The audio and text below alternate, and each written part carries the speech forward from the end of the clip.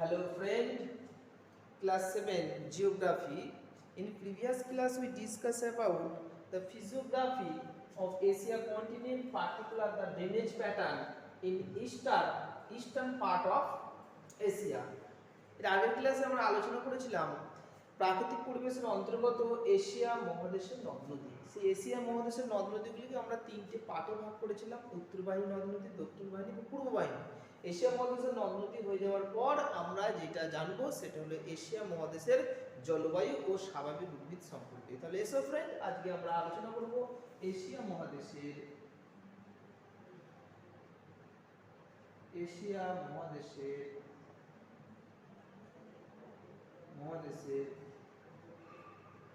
জলবায়ু ও স্বাভাবিক উদ্ভিদ।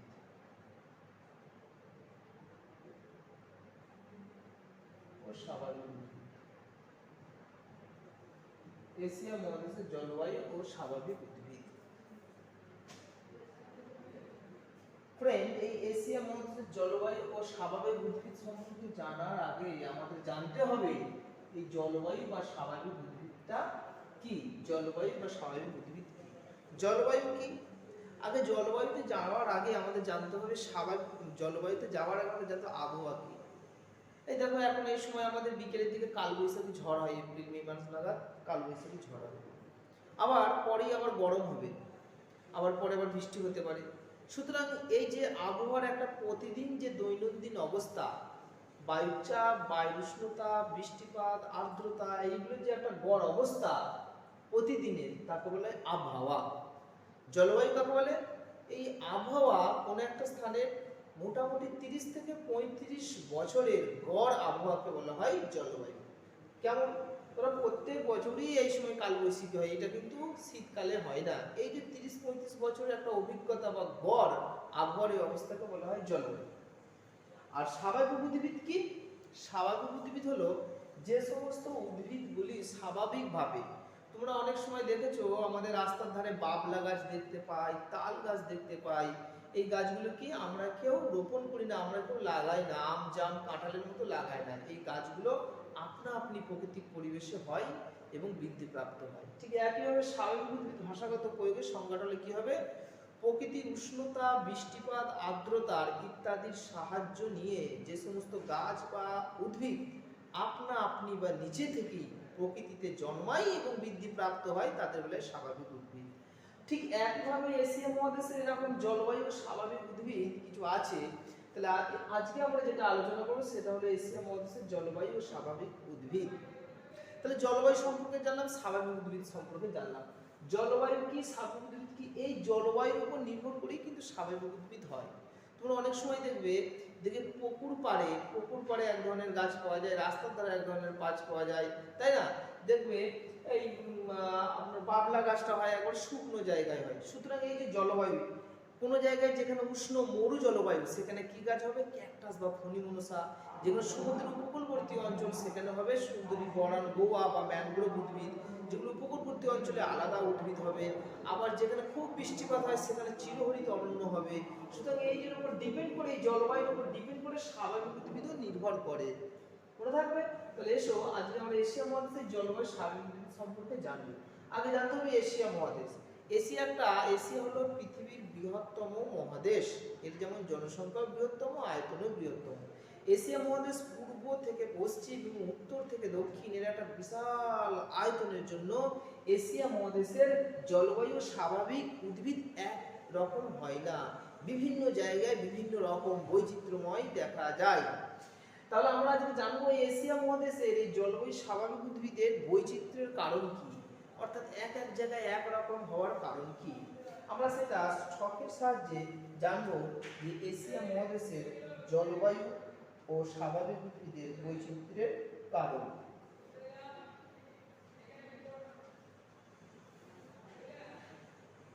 বৈচিত্র্যের কারণ।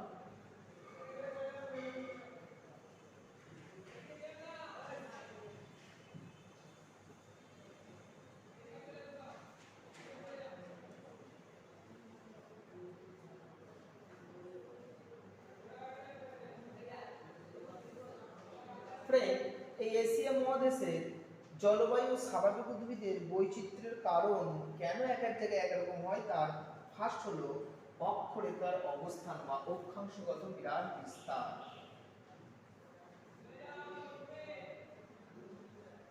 অক্ষাংশগত বিস্তার বা অক্ষরেখা বা অক্ষরেখা। এক নম্বর পয়েন্ট, অক্ষাংশগত বিস্তার বা অক্ষরেখার অবস্থান। অক্ষরেখার অবস্থান,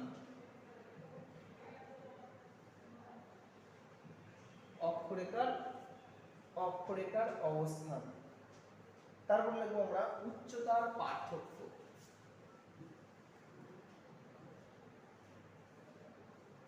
উচ্চতার পার্থক্য।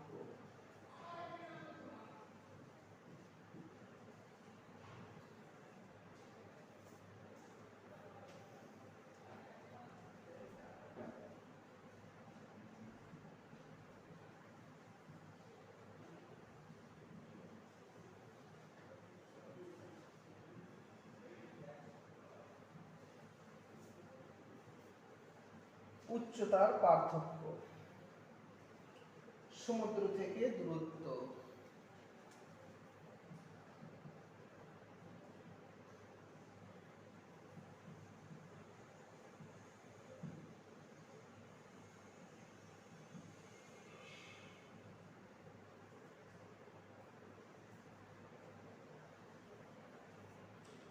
সমুদ্র থেকে দূরত্ব, মোটামুটি ভাবে এই তিনটে ফ্যাক্টর আমাদের কাজ করে। কি কাজ করে? যে এশিয়া মহাদেশের জলবায়ু বৈচিত্র্যের কারণ। এশিয়া মহাদেশের জলবায়ু বৈচিত্র্যের কারণ কি কি ফ্যাক্টর পরীক্ষায় যদি আসে, এশিয়া মহাদেশের জলবায়ু বৈচিত্র্যের কারণগুলি কি কি? এক, অক্ষাংশগত বিস্তার, দুই নম্বর উচ্চতার পার্থক্য, তিন নম্বর হলো সমুদ্র থেকে দূরত্ব। এবার আমরা ব্যাখ্যায় আসবো এক নম্বরে অক্ষরেখার অক্ষাংশগত বিস্তার বা অক্ষরেখার অবস্থান।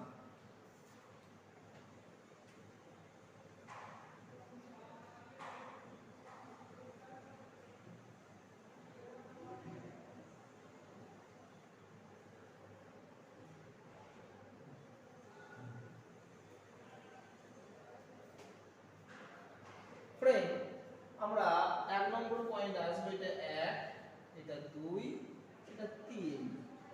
তাহলে আমরা এই এক নম্বর নিয়ে এখন আলোচনা করব, এই অক্ষরেখার অবস্থান। অক্ষরেখার অবস্থান তোমাদের বইয়ে লেখা আছে, নিরক্ষরেখা থেকে যত মেরুর দিকে যাওয়া যায় সূর্য রশ্মি তত বাঁকা বা তির্যক ভাবে পতিত হয়, যার ফলে গড় তাপমাত্রা কমতে থাকে। আবার এশিয়া মহাদেশটি দক্ষিণে 10 ডিগ্রি দক্ষিণ অক্ষরেখা থেকে উত্তরে 82 ডিগ্রি উত্তর অক্ষরেখা পর্যন্ত বিস্তৃত। তাহলে মহাদেশটি 10 ডিগ্রি দক্ষিণ অক্ষরেখা থেকে 10 ডিগ্রি দক্ষিণ অক্ষরেখা থেকে দক্ষিণ অক্ষরেখা 10 ডিগ্রি দক্ষিণ অক্ষরেখা থেকে প্রায় 82 ডিগ্রি উত্তর অক্ষরেখা পর্যন্ত বিস্তৃত। উত্তর অক্ষরেখা পর্যন্ত বিস্তৃত। তাহলে এই যে একটা অক্ষরেখার মধ্যে বিরাট একটা অবস্থান, আমরা যদি দেখি অক্ষাংশগত বিস্তার, যে এশিয়া মহাদেশ উত্তর থেকে দক্ষিণে লম্বালম্বিভাবে বিরাট অঞ্চল জুড়ে বিস্তৃত। এশিয়া মহাদেশ দক্ষিণে 10 ডিগ্রি দক্ষিণ অক্ষরেখা থেকে উত্তর দিকে 82 ডিগ্রি উত্তর অক্ষরেখা পর্যন্ত বিস্তৃত। এই বিরাট বিস্তৃত লাভের ফলে অক্ষাংশগত পার্থক্যের ফলে সূর্য রশ্মির পতন কোণের পার্থক্য হয়। ঠিক একটা ফুটবলে যদি দেখা যায় সূর্য রশ্মিটা বা মোমবাতির আলোটা কোথায় পড়বে? মাঝে। ঠিক নিরক্ষরেখায় 0 ডিগ্রি অক্ষরেখায় পৃথিবীর অক্ষরেখা আমরা এই দক্ষিণ দিক বরাবর, নিচে দক্ষিণ দিক বরাবর কি হয়, উষ্ণ হয়। নিরক্ষীয় জলবায়ু অঞ্চল অর্থাৎ এশিয়া মহাদেশের দক্ষিণ দিকটা মানে নিচের পোর্শনটা, নিচের অংশটা নিরক্ষীয় জলবায়ু দেখা যায়। এরপর যত আমরা উত্তরে যাব, আমরা জানি নিরক্ষরেখা থেকে যত উত্তরে বা দক্ষিণে যাওয়া যায় বায়ুমণ্ডলের উষ্ণতা মানে সূর্যরশ্মির পতন কোণের পার্থক্য তত আর লম্ব হয়ে পড়ে না, তির্যকভাবে বাঁকাভাবে পতিত হয়। এর ফলে যত আমরা উত্তরে যাব সূর্যরশ্মির পতন কোণের পার্থক্য ঘটবে বা তির্যকভাবে বাঁকাভাবে পতিত হয়। এর ফলে সেখানে কি হয়, এর ফলে উষ্ণতা সেখানে কম হয় এবং সেখানকার শীতল জলবায়ু দেখা যায়। এইভাবে চলতে চলতে নিরক্ষরেখা থেকে একবারে এশিয়া মহাদেশের উত্তরের দিকে অংশে গেলে কি দেখা যায়, সেখানে মেরু জলবায়ু বা তুন্দ্রা জলবায়ু দেখা যায়। তাহলে অনেক সময় যদি প্রশ্ন আসে যে নিরক্ষরেখা থেকে দক্ষিণ থেকে উত্তরে কি ধরনের জলবায়ু দেখা যাবে, এটা দক্ষিণ থেকে উত্তর দিকে, দক্ষিণ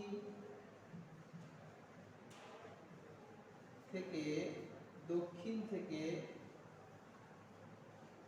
যত উত্তরের দিকে যাব উষ্ণ থেকে শীতল জলবায়ু দেখা যাবে। উষ্ণ থেকে শীতল জলবায়ু দেখা যাবে, শীতল জলবায়ু লক্ষ্য করা যাবে। যত আমরা উত্তর থেকে, যত আমরা দক্ষিণ থেকে উত্তরের দিকে যাব তত শীতল, উষ্ণ থেকে শীতল জলবায়ু লক্ষ্য করা যাবে।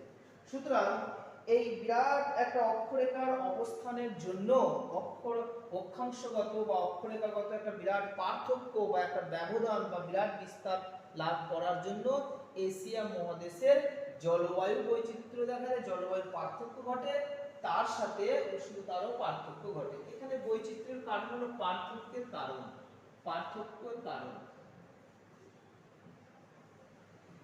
পার্থক্য বা বৈচিত্র্যের কারণ। নেক্সট আমরা আসবো উচ্চতার পার্থক্য।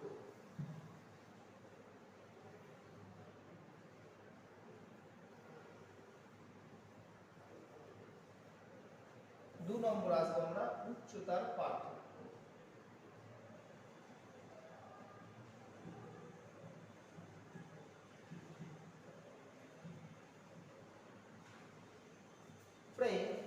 এই উচ্চতার পার্থক্যটা জিনিসটা কি, দু নম্বর উচ্চতার পার্থক্য কিভাবে জলবায়ু স্বাভাবিক উদ্ভিদের বৈচিত্র্য সৃষ্টি করে।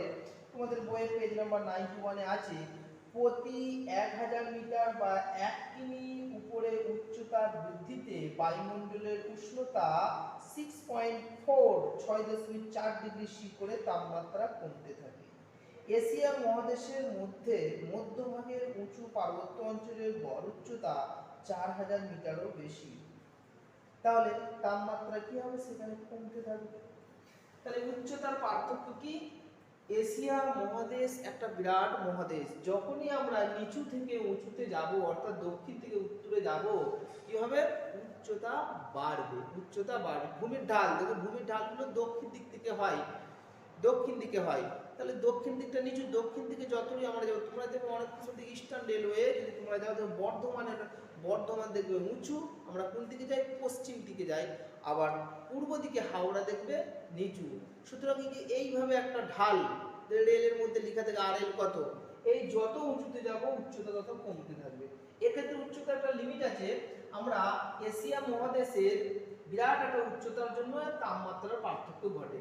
যদি আমরা দক্ষিণ থেকে উত্তরে যাই তাহলে কি দেখব, প্রতি 1000 কিমি উচ্চতা বৃদ্ধিতে, প্রতি 1000 মিটার বা 1 কিমি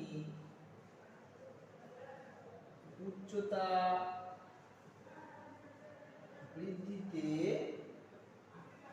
উষ্ণতা হ্রাস পায়, মানে কম হয়, কত কম হবে, 6.4 ডিগ্রি সি, 6.4 ডিগ্রি সি। তাহলে ভাবো যে এশিয়া মহাদেশে আমরা যত দক্ষিণ থেকে উত্তরে যাব, দক্ষিণ থেকে উত্তরে যেতে শুরু করব, দক্ষিণ থেকে উত্তরে যেতে শুরু করব উঁচু। আমরা জানি মধ্যভাগে কি আছে, মধ্য ভাগের উচ্চভূমি। তাহলে মধ্যভাগের উচ্চভূমির উচ্চতা কত, উচ্চতা প্রায় 4000 মিটার, 4000 মিটার। মধ্যভাগের উচ্চভূমির উচ্চতা কত? মধ্যভাগের উচ্চভূমির উচ্চতা 4000 মিটার। এই একটা 4000 মিটার, প্রায় 4000 মিটার বা 4 কিমি যখন উচ্চতা থাকবে, এটা যখন 4 কিমি হবে, 4 কিমি হবে, তাহলে উচ্চতা কত কমে যাবে? এটা এত কমবে, 4 6 24, প্রায় 3 ডিগ্রি তাপমাত্রা কমে যাবে, প্রায় 3 ডিগ্রি তাপমাত্রা কমে যাবে, প্রায় 2 থেকে 3 ডিগ্রি তাপমাত্রা কমতে শুরু করবে। সুতরাং যে উচ্চতার পার্থক্য, ভূপৃষ্ঠ থেকে যত আমরা উঁচুতে যাব, বায়ুমণ্ডলের উষ্ণতা প্রতি 1000 মিটার বা 1 কিলোমিটার উচ্চতা বৃদ্ধিতে বায়ুমণ্ডলের উষ্ণতা 6.4 করে কমে। ব্যাপারটা বুঝে নাও, আমরা এখনো নিচুতে আছি, আমরা দার্জিলিং এ যাই দেখবো উষ্ণতা কমতে থাকে, আবার কাশ্মীরে যদি যাই উষ্ণতা কমতে থাকে, আবার মাউন্ট এভারেস্টের চূড়ায় যাই যদি, তাহলে আরো উষ্ণতা কমতে থাকে, সেখানে মাইনাসে চলে আসে। সুতরাং এইভাবে এশিয়া মহাদেশের তো বিরাট উচ্চতা, আমি যদি দেখা যায় যে মধ্যভাগের উচ্চভূমি বা মধ্যভাগের উচ্চ পার্বত্য অঞ্চলের উচ্চতা 4000 মিটার, তাহলে 4000 মিটার যদি যাই, 4 বার যদি যাই, তাহলে এখানে কত হচ্ছে? 4 দিয়ে গুণ করলে 6.4 গুণিতক 4, 4 4 16, 16 6, 4 6 24 আর 1 25, 25। সুতরাং এই যে টেম্পারেচারটা এইভাবে কমতে থাকবে, এইভাবে কমতে থাকবে, 25 ডিগ্রি সি হারে যদি এরকম কমতে থাকে, এইভাবে যদি কমতে থাকে, এটা 25.6 ডিগ্রি সি কমতে থাকে তাপমাত্রাটা, তাহলে সেখানে মাইনাসে চলে যাবে। সুতরাং এই উচ্চতার পার্থক্যের জন্য আমাদের এশিয়া মহাদেশের জলবায়ু সার্বভৌমিক দেখা যায়। তাই দেখা যায় এশিয়া মহাদেশের নিম্ন দেশে নিরক্ষীয় জলবায়ু অঞ্চল, মধ্যভাগে দেখা যায় ক্রান্তীয় জলবায়ু অঞ্চল, আর একটু উপরে গেলে নাতিশীতোষ্ণ জলবায়ু অঞ্চল, তারপর আরো উপরে গেলে মেরু বা তুন্দ্রা জলবায়ু লক্ষ্য করা যায় এই উষ্ণতার পার্থক্য, উচ্চতার পার্থক্যের কারণে। এরপর যাব আমরা সমুদ্র থেকে দূরত্ব। ফ্রেন্ড, সমুদ্র থেকে দূরত্ব 3 নম্বর পয়েন্ট নিয়ে আমরা আলোচনা করব, সমুদ্র থেকে দূরত্ব।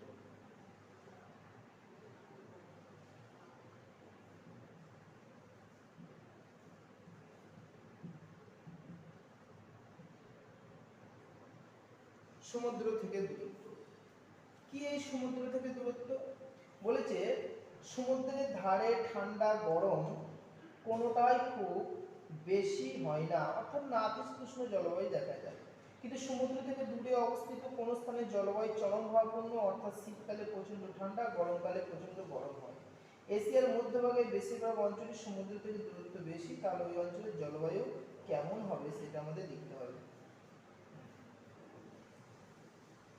ফ্রেন্ড, সমুদ্র থেকে দূরত্ব, অনেক সময় তোমরা দেখবে পুকুর পাড়ে বসে থাকবে আর বাড়ির কাছে বসে থাকবে, যে পুকুর পাড়ে বা নদীর পাড়ে কি দেখা যায় যে উষ্ণতাটা অনেকটা হালকা হয়। আমরা অনেক সময় সন্ধ্যেবেলা পুকুর পাড়ে গিয়ে বসবো, কেন?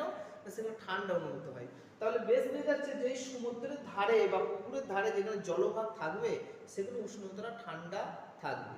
আমরা যদি অনেক সময় দেখি, দেখবে দীঘায় বেড়াতে যাই, দীঘায় কিন্তু উষ্ণতা বিরাট গরম তা নয়। দীঘা, গোয়াতে এই ধরনের অঞ্চলগুলো যেগুলো সমুদ্রের কাছাকাছি, মুম্বাই, সেগুলো কিন্তু উষ্ণতা নাতিশীতোষ্ণ প্রকৃতির, না ঠান্ডা না গরম।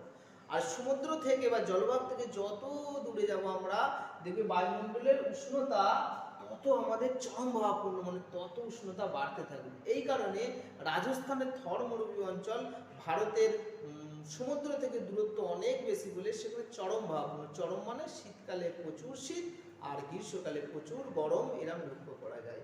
সুতরাং এখানে থেকে সমুদ্র থেকে দূরত্ব বলছে যে এশিয়া মহাদেশের সমুদ্র থেকে যে সমস্ত অঞ্চল অনেক দূরে অবস্থান করেছে সেগুলো চরম ভাবাপন্ন। তাহলে মধ্যভাগের উচ্চভূমি কি দেখা যায়? সমুদ্র থেকে অনেকটা দূরে অবস্থান করেছে।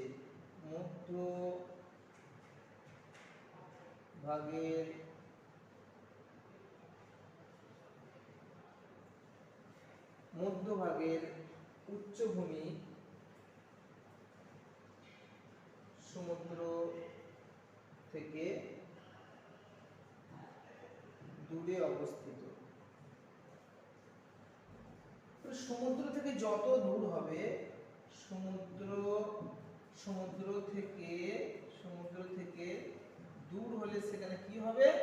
চরম ভাবাপন্ন, চরম বা মহাদেশীয় জলবায়ু হবে, মহাদেশীয় জলবায়ু হবে। আর সমুদ্র থেকে দূর যদি দূরত্বটা কম হয়, দূরত্ব যদি এটা বেশি হয়, কম হয়, সমুদ্র থেকে দূরত্ব যদি কম হয়,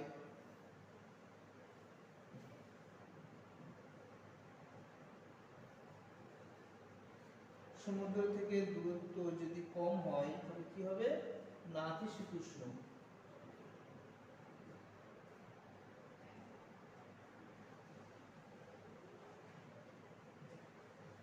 নাতিশীতোষ্ণ জলবায়ু লক্ষ্য করা যাবে। ফ্রেন্ড, যত সমুদ্র থেকে আমরা বেশি দূরত্বে অবস্থান করব, সমুদ্র থেকে যত দূরত্বে অবস্থান করব বেশি, সেখানে চরম বা মহাদেশীয় জলবায়ু, আর সমুদ্র থেকে যদি কম দূরত্বে অবস্থান করি সেখানে নাতিশীতোষ্ণ জলবায়ু দেখা যায়। তোমাদের এখানে একটা বইয়ে কোশ্চেন আছে যে তাহলে মধ্যভাগের যে উচ্চভূমি আছে এশিয়ার, সেখানে জলবায়ু কেমন হবে? ফ্রেন্ড, মনে রাখতে হবে যে মধ্যভাগের যে আমাদের উচ্চভূমি আছে সেখানে কিন্তু সমুদ্র থেকে মধ্যভাগের উচ্চভূমি, এই মধ্যভাগের উচ্চভূমি কিন্তু সমুদ্র থেকে অনেক দূরে অবস্থিত ঠিকই, তো দূরে যেমন সেখানে অবস্থিত চরমভাবাপন্ন হওয়ার কথা, কিন্তু এর উচ্চতাটা অনেক বেশি। আমরা আগে স্বীকার করেছি যদি কোনো জায়গায় খুব উঁচু হয় সেখানে কিন্তু তাপমাত্রা কম হবে, তাই মধ্যভাগের উচ্চভূমিতে যে একবারে চরমভাবাপন্ন জলবায়ু দেখা যায় এরকম নয়, এটা নাতিশীতোষ্ণ প্রকৃতির জলবায়ু দেখা যায়। তাহলে এই গেল আমাদের জলবায়ু স্বাভাবিক উদ্ভিদ এশিয়া মহাদেশে কিভাবে একটা বৈচিত্র্য বা পার্থক্য সৃষ্টি করেছে। আমরা এরপর প্রশ্ন নিয়ে এখানে আলোচনা করব।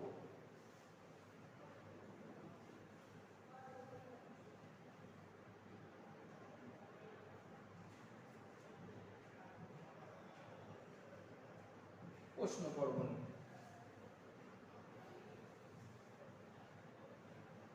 ফার্স্ট কোশ্চেন,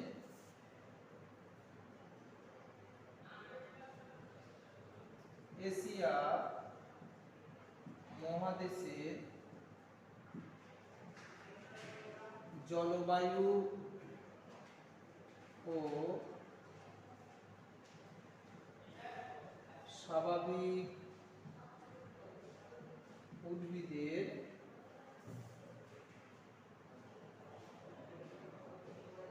বৈচিত্র্যের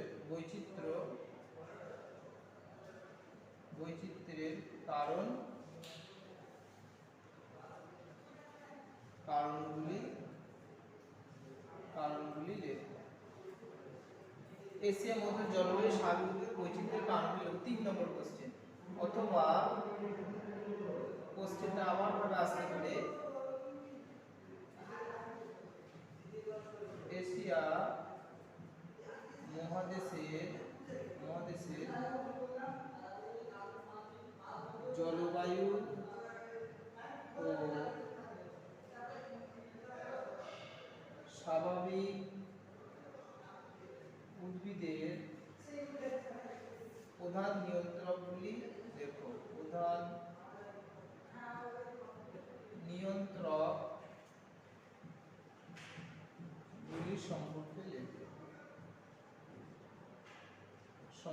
লেখো। অথবা আসতে পারে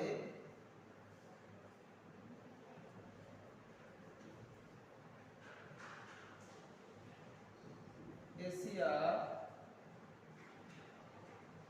মহাদেশের সব জায়গায়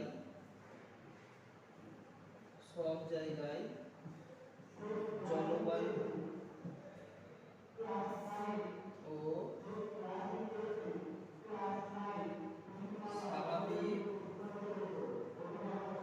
স্বাভাবিক এশিয়া মহাদেশের সব জায়গায় স্বাভাবিক উদ্ভিদ ও জলবায়ু স্বাভাবিক উদ্ভিদ এক নয় কেন?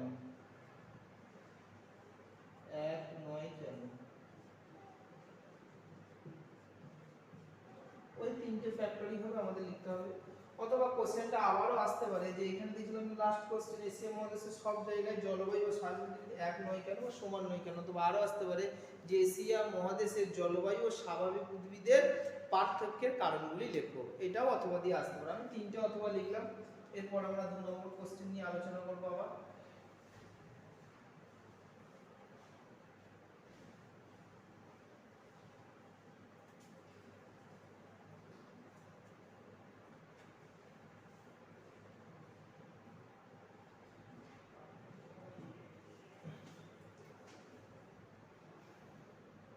এশিয়া মহাদেশের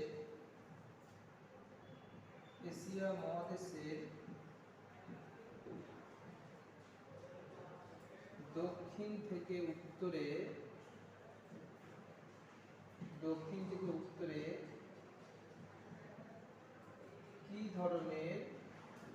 কি ধরনের জলবায়ু দেখা যায়? এশিয়া মহাদেশের দক্ষিণ থেকে উত্তরে কি ধরনের জলবায়ু দেখা যায়? তাহলে এশিয়া মহাদেশের উত্তর থেকে দক্ষিণ থেকে উত্তরে যত আমরা যাব জলবায়ু কি দেখা যাবে? উষ্ণ থেকে শীতল জলবায়ুটাই লক্ষ্য করা যাবে। তারপরের কোশ্চেন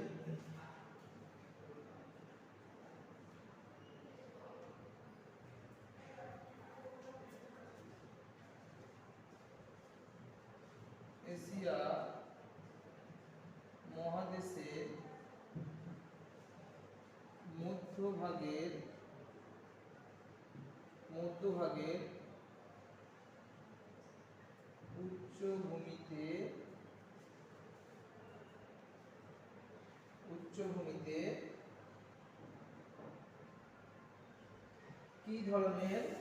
কি ধরনের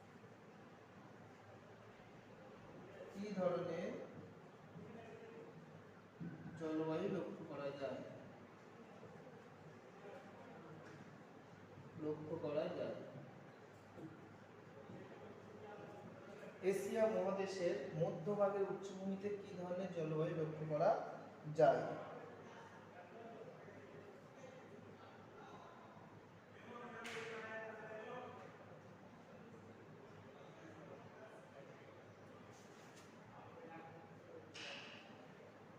4 নম্বর কোশ্চেন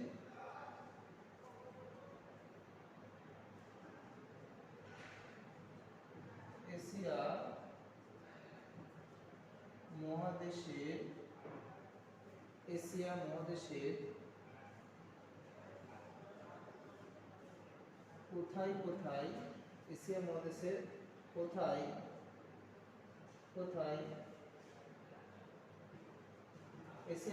কোথায় কোথায় চরম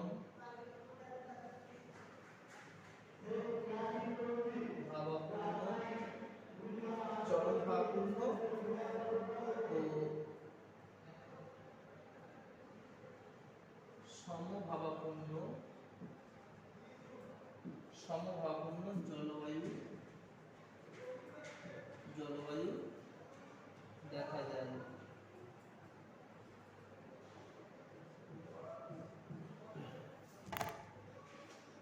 এটা তোমরা একটু খুঁজে দেখবে এশিয়া মহাদেশের কোথায় কোথায় চরমভাবাপন্ন সমভাবাপন্ন জলবায়ু দেখা যায়।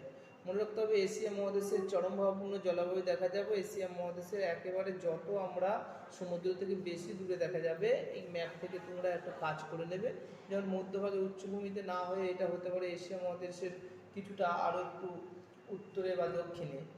আর আরেকটা কোশ্চেন এশিয়া মহাদেশে কোথায় সমভাবাপন্ন জলবায়ু দেখা যায়, যেগুলো এশিয়া মহাদেশের সমুদ্রের কাছে অবস্থিত। এইগুলো তোমাদের বাড়ির কাজ দিলাম, একটু করে নেবে।